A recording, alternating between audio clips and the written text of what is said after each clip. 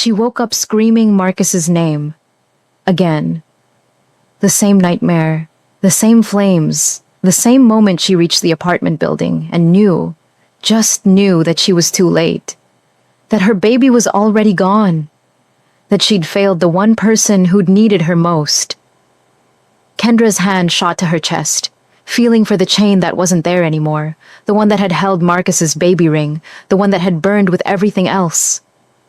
Her shoulder screamed where the bullet had torn through 3 days ago, but the physical pain was nothing, nothing compared to the black hole in her chest that never stopped consuming her from the inside out.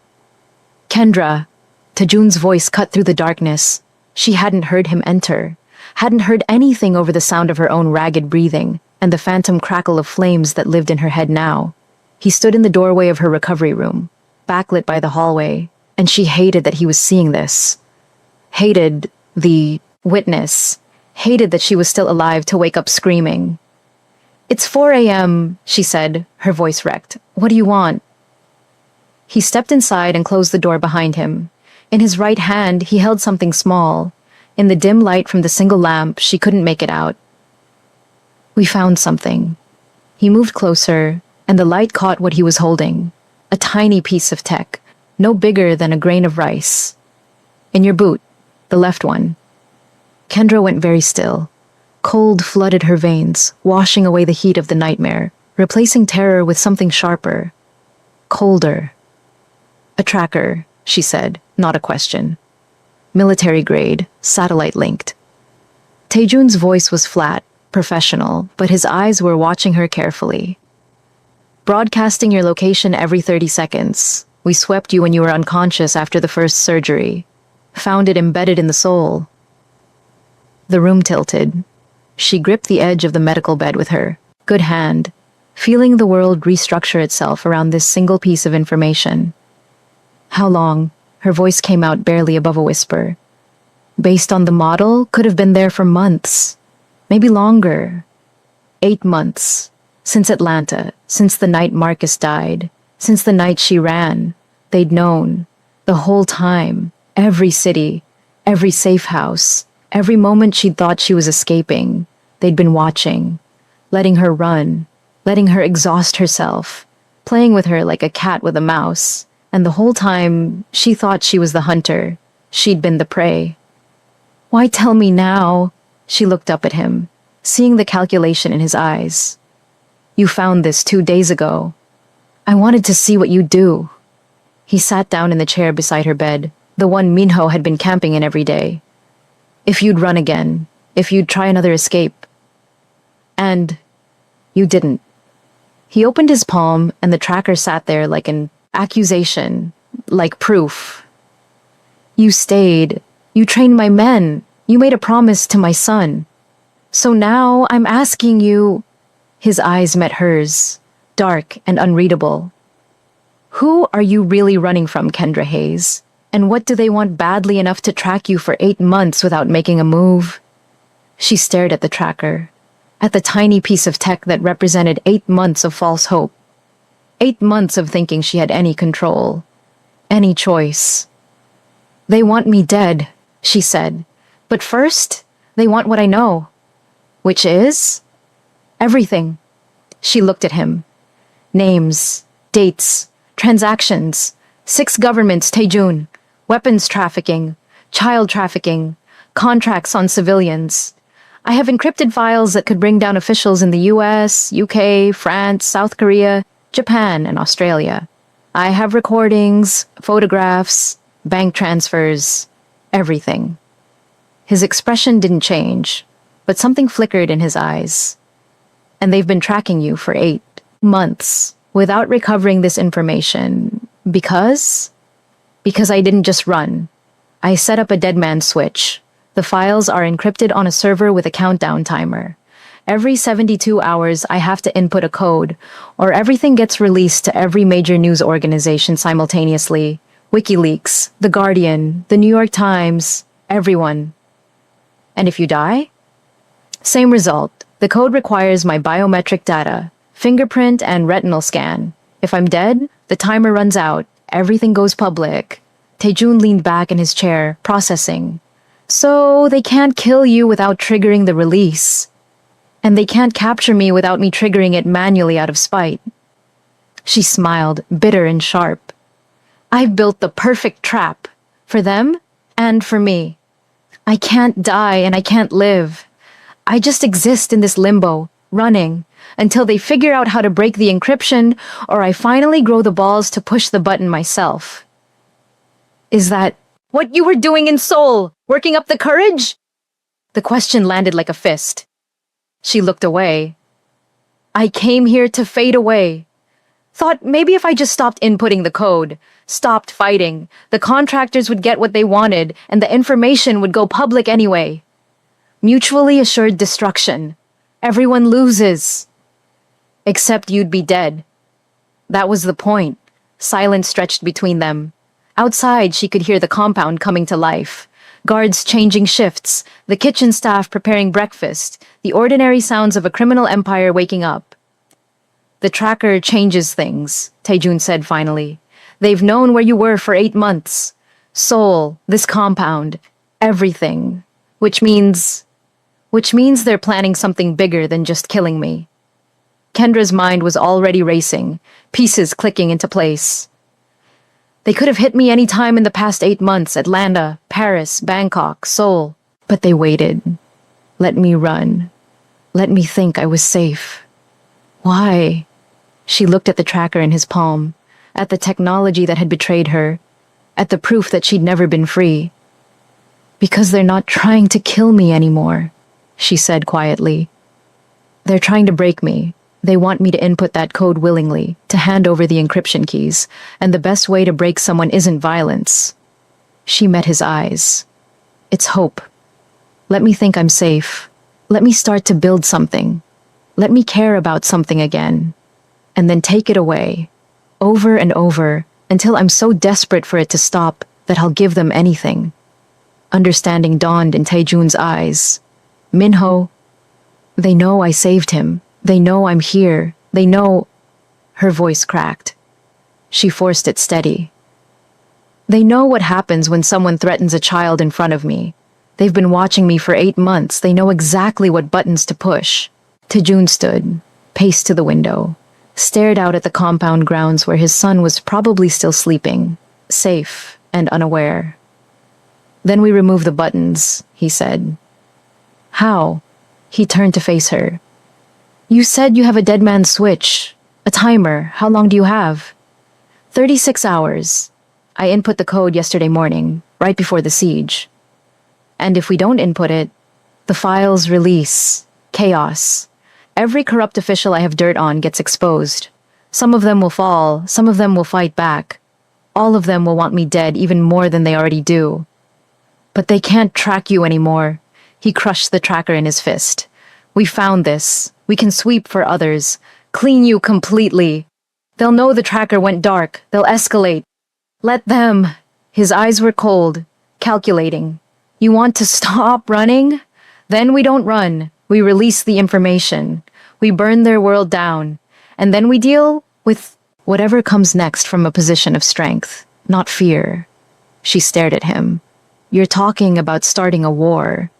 I'm talking about ending one. Your war, the one you've been fighting alone for 8 months. He moved closer. You stayed, Kendra. You made a promise to my son. So let me make you one. You give me names. I give you protection. You release those files and I make sure you live long enough to watch every single one of those bastards fall. You don't know what you're offering. These people have resources, governments, militaries. And I have something they don't. He held her gaze. I have you, the woman they've been hunting for 8 months. The woman they're terrified of. The lioness. The nickname hung in the air between them. I'm not a hero, she said. I don't need a hero. I need a weapon. And you... He gestured to her bandaged shoulder. You took a bullet meant for me 3 days ago. You protected my son like he was yours. You're already in this war, Kendra. The only question is whether you fight it alone or with an army at your back. She wanted to say no. Wanted to tell him he was insane. That releasing the files would paint a target on everyone in this compound. on Minho, on him, on every single person who'd shown her even a shred of kindness in the past 3 weeks. But he was right. She'd already stayed, already chosen, already let herself care about an 11-year-old boy who smiled at her like she was something other than broken. 36 hours, she said. When the timer runs out, everything goes public. Every name, every crime, all of it. Then we have 36 hours to prepare. Taijun extended his hand. Are you in? She looked at his hand, at the choice he was offering, at the difference between running and standing. She took it. I'm in. If you're already hooked, hit that subscribe button. This story is about to explode. Drop a comment. Would you release the files or keep running? The sun was barely up when Taijun gathered his inner circle in the compound's briefing room. Kendra stood beside him, her shoulders still bandaged but her posture straight. 20 men filled the space, his most trusted lieutenants, the ones who'd fought beside him for years. Jin was there, standing near the front, his sharp eyes tracking every movement she made. The young fighter had appointed himself her unofficial student after watching her destroy his colleagues in training. Now he nodded at her, a gesture of respect. Listen carefully, Taijun said. His voice cut through the low murmur of conversation. What I'm about to tell you stays in this room. Anyone who has a problem with it can leave now. No one moved. Good, he gestured to Kendra. Some of you know her as the woman who saved my son. What you don't know is why international contractors have been hunting her for 8 months. What you don't know is what she's carrying. Kendra stepped forward. 20 pairs of eyes locked onto her. I have evidence, she said.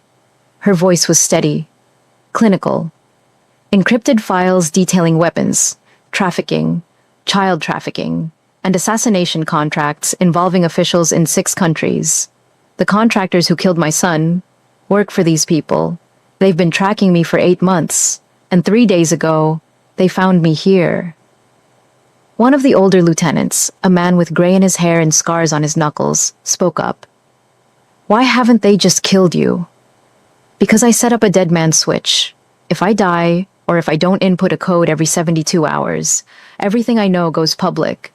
WikiLeaks, major news outlets, everything. And you're telling us this because? Because in 34 hours, I'm letting the timer run out. She let that sink in. I'm done running. The files go public. Every corrupt official I have evidence on gets exposed, and when that happens, they're going to come after me with everything they have, which means they're coming here. The room erupted. Taijun let it go for 10 seconds, then raised his hand. Silence fell. This is happening, he said. The question isn't whether we fight. It's whether we're prepared. Kendra has agreed to train you. She has skills you've never seen, tactics that will keep you alive, and we have 34 hours to get ready. Boss, the gray-haired lieutenant said carefully. You're asking us to go to war with international governments for a woman we've known for 3 weeks. I'm asking you to protect my son. Taejun's voice went cold. She saved Minho's life. She took a bullet meant for me. If you have a problem with that, leave, now. No one moved? Good. Training starts in 1 hour. You do what she says. You learn what she teaches. Your life depends on it. The training was brutal. Kendra pushed them through hand-to-hand combat drills until their muscles screamed. Weapon disarms, tactical positioning. She demonstrated techniques with ruthless efficiency, her shoulder protesting but her body remembering. Jin absorbed everything. The others struggled but learned. By midday, they were exhausted. She was bleeding through her bandage again, but the men were better, sharper.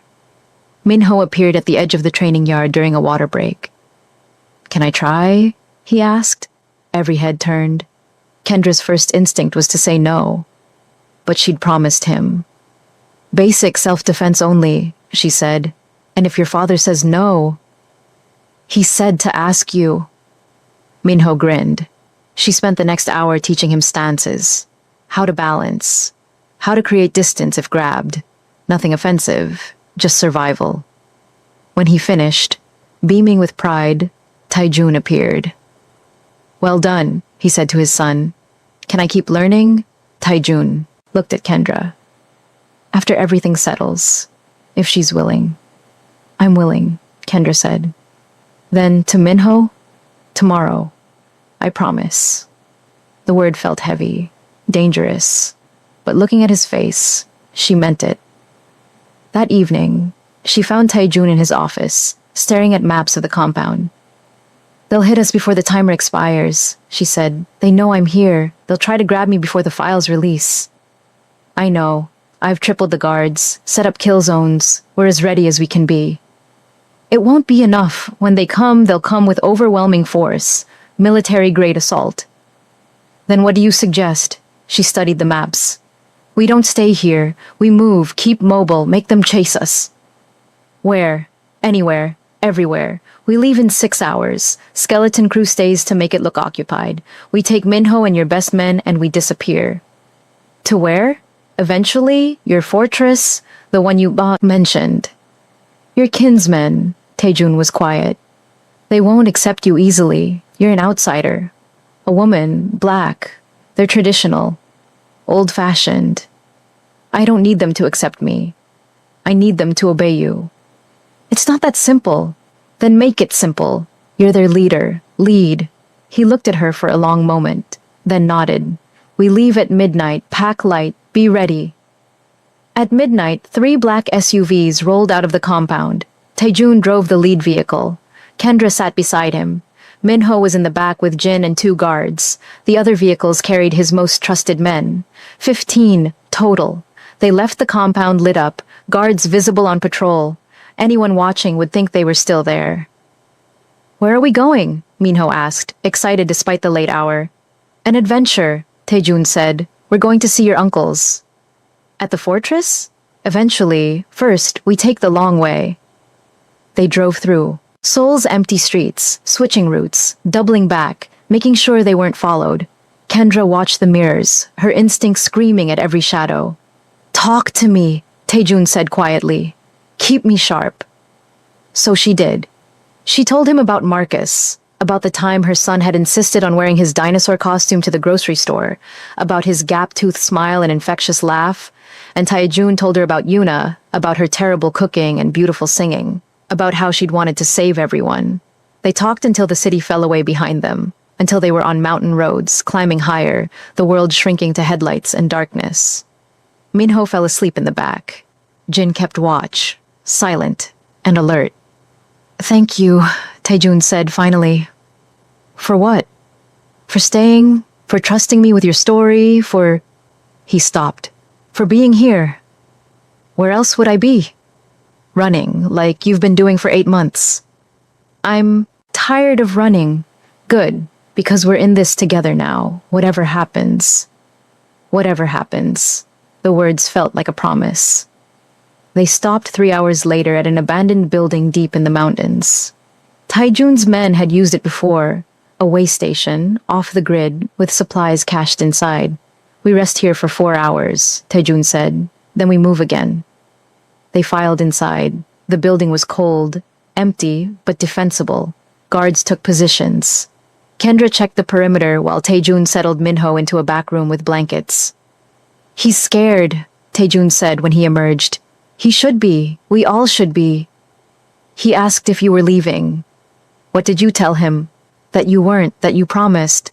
Taijun moved closer. Don't make me a liar, Kendra. I won't. They stood there in the darkness, exhaustion pulling at them both. Jin was organizing watch rotations. The other men were settling in, and, for a moment, in the quiet, it felt almost peaceful. Then Kendra's phone buzzed.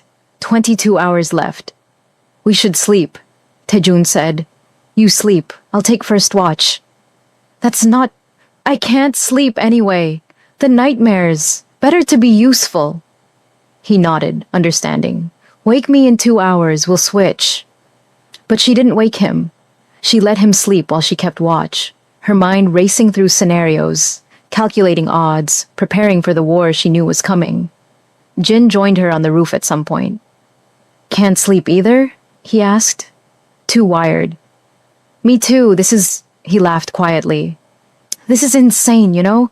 Running from governments, fighting contractors, following you into war. You can still leave. Tejun would understand. No, I'm exactly where I'm supposed to be. He looked at her. You're going to save us. All of us. I know it. I'm going to try. That's all anyone can ask. They sat in companionable silence until dawn broke over the mountains, painting the sky in shades of fire that reminded Kendra too much of Atlanta, of smoke and flames and loss. But she wasn't alone anymore, and that made all the difference. They moved at first light, back in the vehicles, winding through mountain roads, heading north. Taijun had a route planned, places they could stop, defend if needed, but mostly just keep moving. Like we're nomads, Minho said. He'd woken up bright and energetic, treating this like an adventure instead of a flight for survival. Exactly like nomads, Kendra said. She was teaching him breathing exercises in the back seat. Simple mindfulness techniques to stay calm under stress. Can you teach me the forms again? The ones from yesterday? In the car? Just the hand movements, please. So she did. They worked through the sequences slowly, her correcting his positions, Minho concentrating with endearing intensity. Taijun watched in the rearview mirror, something soft in his eyes. You're good with him, Jin said from the third row. I had practice. He loves you. You know that, right? Don't. I'm serious. He talks about you constantly. Kendra taught me this. Kendra said that. You're the first person since his mother who's made him feel safe. The words hit like bullets. Kendra felt her throat tighten. I'm not his mother. No, but you could be something just as important. Before she could respond, Taijun's voice cut through. We have company! Kendra's head snapped up. In the side mirror, she saw them. 2 black SUVs, closing fast. How long have they been there? Just appeared, must have been waiting at the junction. Contractors? Or police? Hard to tell. Assume contractors. How far to the next defensive position? 15 kilometers. There's a choke point. Narrow pass, easy to defend. Can we make it? Not if they want to stop us. The lead vehicle accelerated, trying to close the gap. Taijun floored it. The mountain road was treacherous, narrow, winding, sheer drops on one side. Everyone hold on, Taijun barked. Kendra twisted in her seat. Jin, get Minho on the floor, now! Jin moved fast, pulling the boy down, covering him with his body. The other guards raised their weapons. Don't fire unless fired upon, Kendra ordered. We don't know who they are yet. The pursuing vehicles were gaining. Then the first shot rang out, a bullet sparking off their rear bumper. Contact, one of the guards shouted. Return fire, Taijun commanded. The rear window shattered as the guards opened up. The pursuing vehicles swerved but kept coming. They're trying to disable us, not kill, Kendra said. They want me alive. Well, they're not getting you. Taijun took a hairpin turn at speed that would have terrified anyone else. The SUV's tires screamed. Behind them, one of the pursuing vehicles wasn't as lucky. It clipped the guardrail, spun out, crashed into the mountainside. 1 down, 1 to go. But the remaining vehicle was relentless. Professional driver, trained. This wasn't some hired gun, this was military. The choke point, Kendra said. How narrow? 1 vehicle width, maybe. When we get there, stop. Block the road. We make our stand. Trust me. He trusted her. 2 minutes later, they hit the choke point. A narrow pass carved through rock, barely wide enough for 1 SUV. Taijun slammed the brakes, spinning the vehicle sideways to block the entire passage. Everyone out, defensive positions. They piled out. Kendra grabbed Minho, pulled him behind a boulder. Stay here, do not move, do you understand? But, do you understand? Yes. Good. Boy! She ran back to the vehicles as the pursuing SUV screeched to a stop. Contractors poured out. 6 of them. Tactical gear. Professional. Federal agents, one of them shouted. Stand down. Bullshit, Kendra muttered. She'd seen enough contractors pretending to be feds. We just want Kendra Hayes. Hand her over and nobody gets hurt. Taejun stepped forward. She's under my protection. You want her? You go through me. Don't be stupid. We have authorization. Kendra emerged from cover. Authorization from whom? The officials I have evidence on? The ones about to go to prison when my files release in... She checked her phone. 18 hours. The lead contractor's face tightened. So it's true. You're releasing the files. Every single one, and there's nothing you can do to stop it. We can kill you. Try. My finger's off the biometric scanner for more than 30 seconds. The timer accelerates. I'll be dead and the files will release before you can get my body warm. It was a bluff, but they didn't know that. The contractors exchanged glances, uncertain. Then one of them reached for his radio. Kendra moved, fast, inside his guard before he could react. She twisted his arm, took his weapon, and had it pointed at his head before anyone could breathe. Nobody moves, she said quietly. We're leaving. You're staying. And in 18 hours, your bosses are going to have much bigger problems than me. They'll send more, the contractor said. Bigger teams. You can't run forever. I'm not running. I'm advancing in a different direction. She released him, kept the weapon. Get back in your vehicle, turn around, and tell whoever sent you that the lioness is done being prey. They left. Slowly. Weapons still raised. But they left. When they were gone, Kendra slumped against the SUV, adrenaline crashing. Taejun was there immediately. You okay? Yeah, just... She laughed, shaky. That was stupid. I shouldn't have revealed the timeline. You saved us. That's what matters. They'll be back, with more, before the 18 hours is up. Then we keep moving. The fortress is 6 hours away. We can make it. Minho appeared from behind his boulder, eyes wide. That was amazing. You were so fast. How did you... Not now, kid, but she smiled. Couldn't help it. Later. I promise. They loaded back up. Drove faster now. The clock ticking down. 16 hours left. Still with me? Drop and hit that like button, because we're about to enter the fortress, and nothing will ever be the same.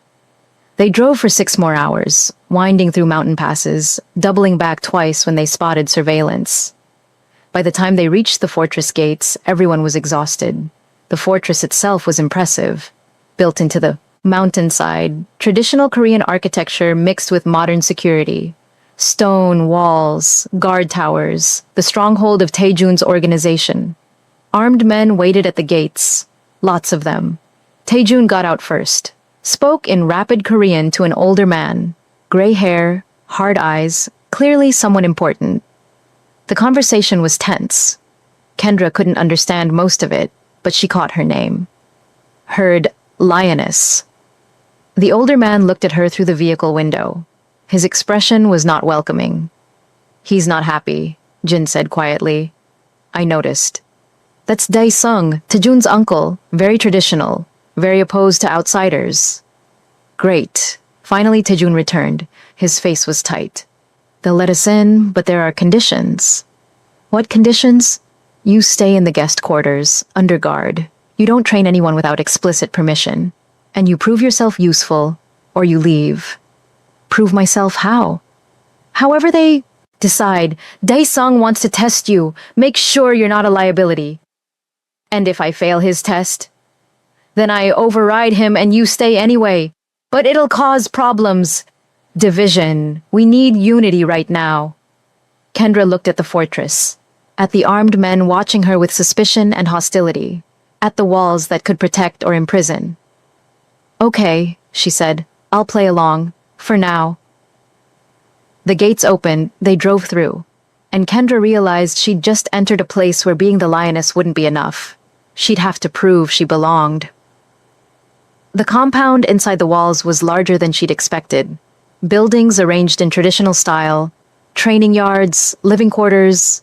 A small army lived here. They were shown to the guest quarters, a building set apart from the others, segregated. The message was clear. "I'll get you settled," Taejun said. "Then I have to meet with my uncle and the elders. Explain everything."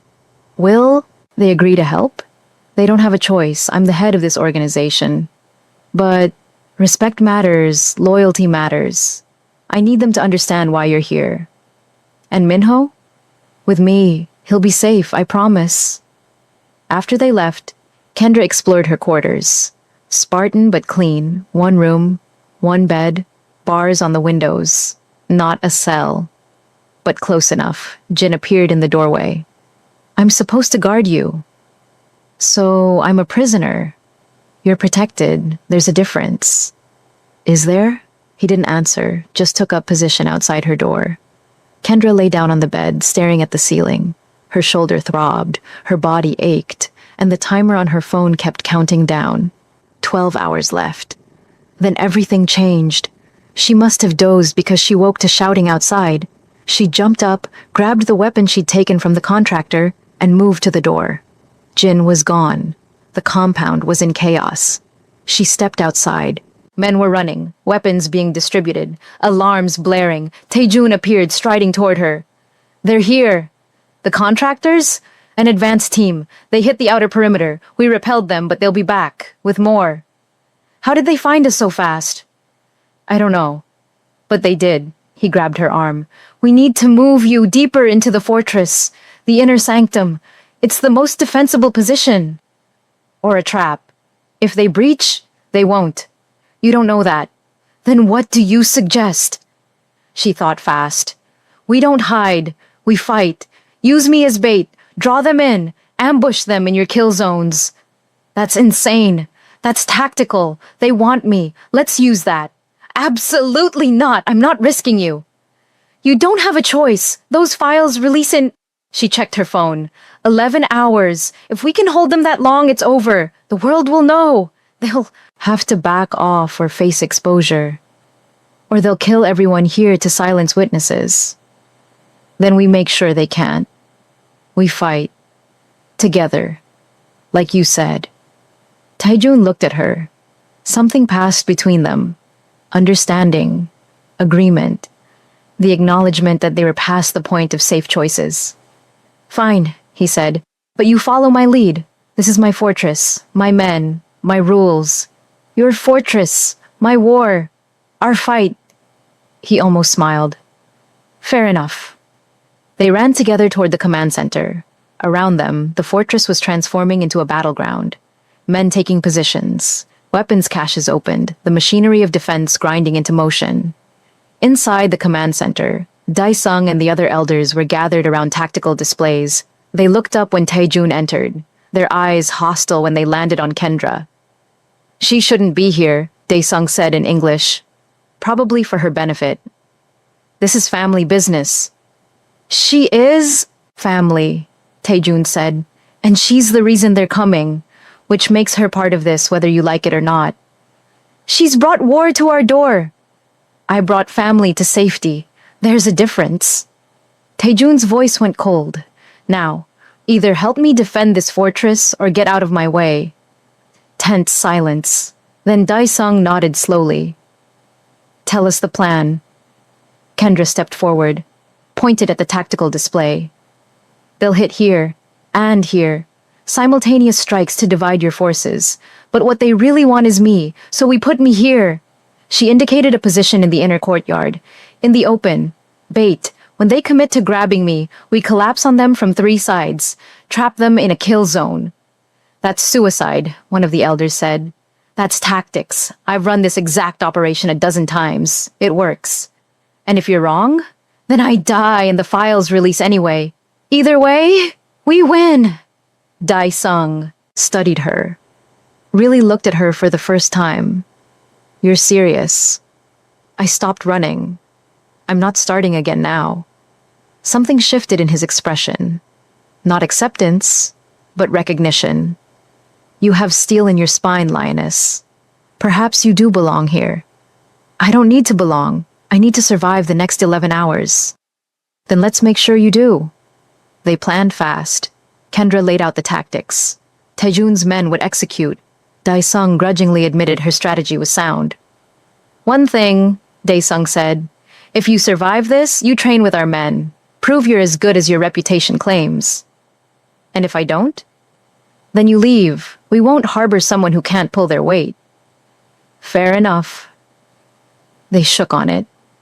An alliance forged in necessity.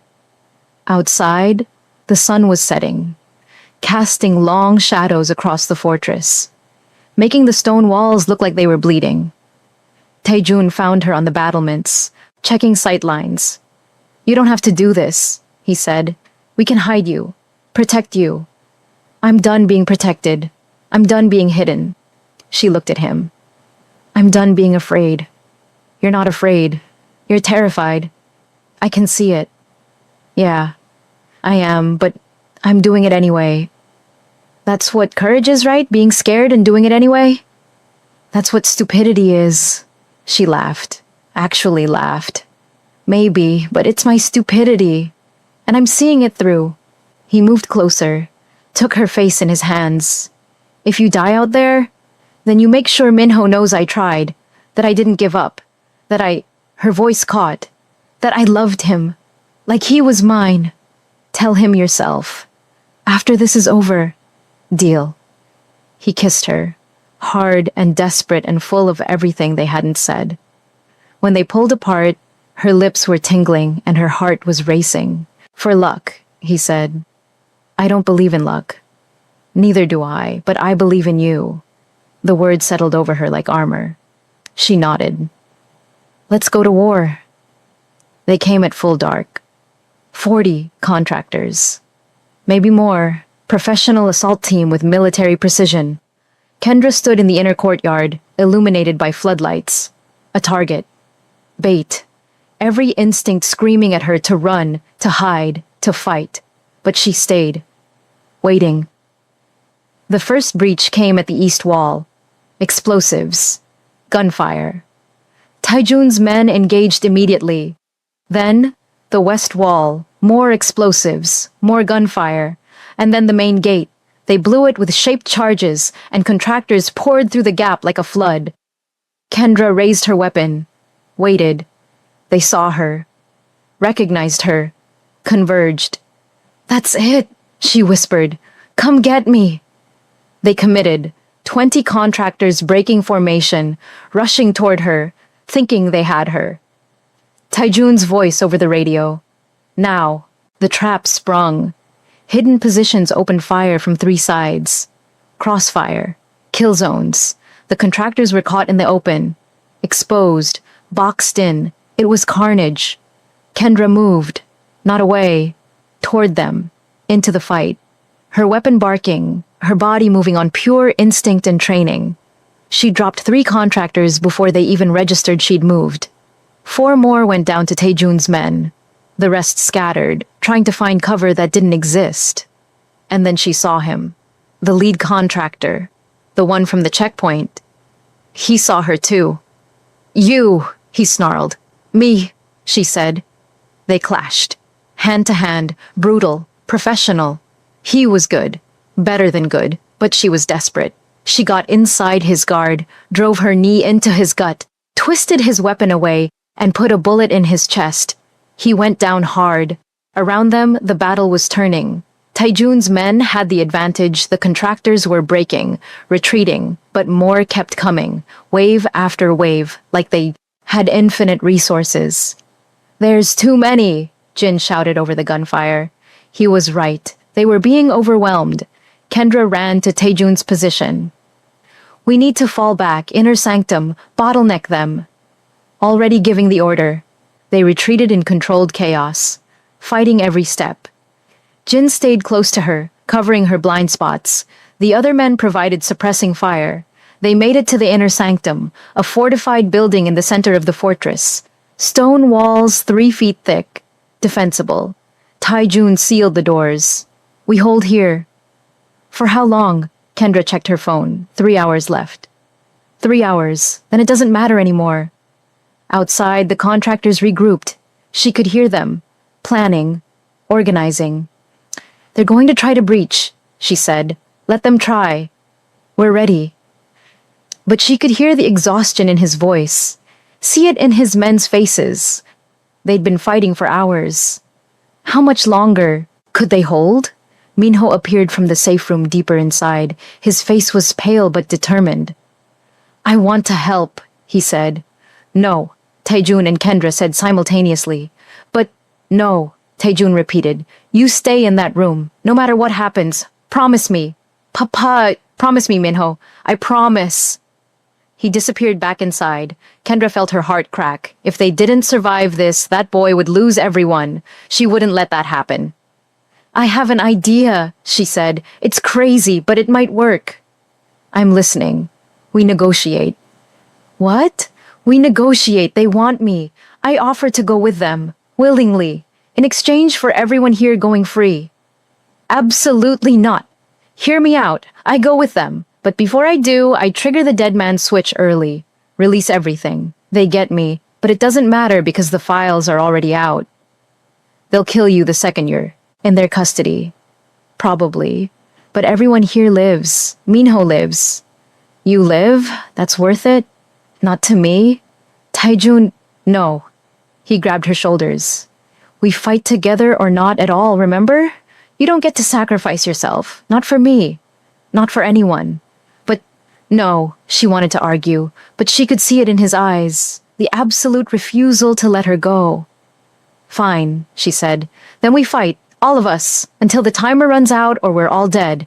That's the spirit. The contractors hit them again, harder this time. Shaped charges on the doors, breaching explosives. They wanted in. The doors held, barely. 2 hours left. Another wave, more explosives. The doors were weakening. 1 hour left. The doors finally gave. Contractors poured through. Close quarters combat. Brutal. Personal. Kendra fought beside Taejun. Back to back. Jin on their left. Daesung on their right. A family forged in fire. 30 minutes. They were being pushed back, deeper into the sanctum, toward the safe room where Minho was hidden. 20 minutes. A contractor broke through, made it to the safe room door. Kendra's heart stopped. But Minho wasn't defenseless. The boy had been paying attention. He'd learned. The contractor grabbed for him, and Minho executed a perfect defensive move, the one Kendra had taught him. Created distance, bought time. Jin was there in seconds, dropped the contractor. Kendra wanted to scream, wanted to grab Minho and never let go. But there was no time. 10 minutes. They'd been pushed to the innermost room. The last stand. Contractors at the door. No escape. Taejun's men were wounded, exhausted, but still fighting. 5 minutes. Kendra's phone alarm went off. The timer. She looked at Taejun. It's done. The files are releasing. Right now. Then we've won. We've survived. There's a difference. 3 minutes. The contractors were still coming. Still fighting. But their radios were going crazy. She could hear the shouting, the confusion. The files were spreading, being reported. The world was learning. 2 minutes. The contractors at the door hesitated, fell back. Received new orders. 1 minute. They retreated. Fully. Completely. Out of the sanctum. Out of the fortress. Gone. Silence fell, broken only by heavy breathing and the sound of Kendra's timer hitting 0. It was over. They'd won. Kendra's legs gave out. She sank to the floor, weapon clattering beside her. Taejun dropped beside her. Jin collapsed against the wall. Daesung stood there, bloodied but unbowed, and started laughing. We did it, Jin said. We actually did it. Yeah, Kendra said. We did. Minho burst from the safe room, threw himself at Kendra. She caught him, held him tight, felt his tears soaking into her shirt. You kept your promise, he sobbed. You stayed. You didn't leave. I'll always stay, she whispered. Always. Taejun's hand found her shoulder. Squeezed. Welcome to the family, lioness. Family. There was that word again. This time she believed it. But just as relief flooded through them, Daesung's phone rang. He answered, listened. His face went pale. Boss? He He said to Taejun, "We have a problem." "What problem?" "The files released, but so did something else. Encrypted communications from the contractors. They weren't here just for her. They were mapping our entire operation, our supply lines, our allies, everything." Kendra's blood went cold. "What are you saying?" "I'm saying the files going public didn't end this. It escalated it." Dae-sung looked at Taejun. "Every criminal organization we've ever competed with just got handed our complete operational blueprint. They know our weaknesses, our strengths, everything."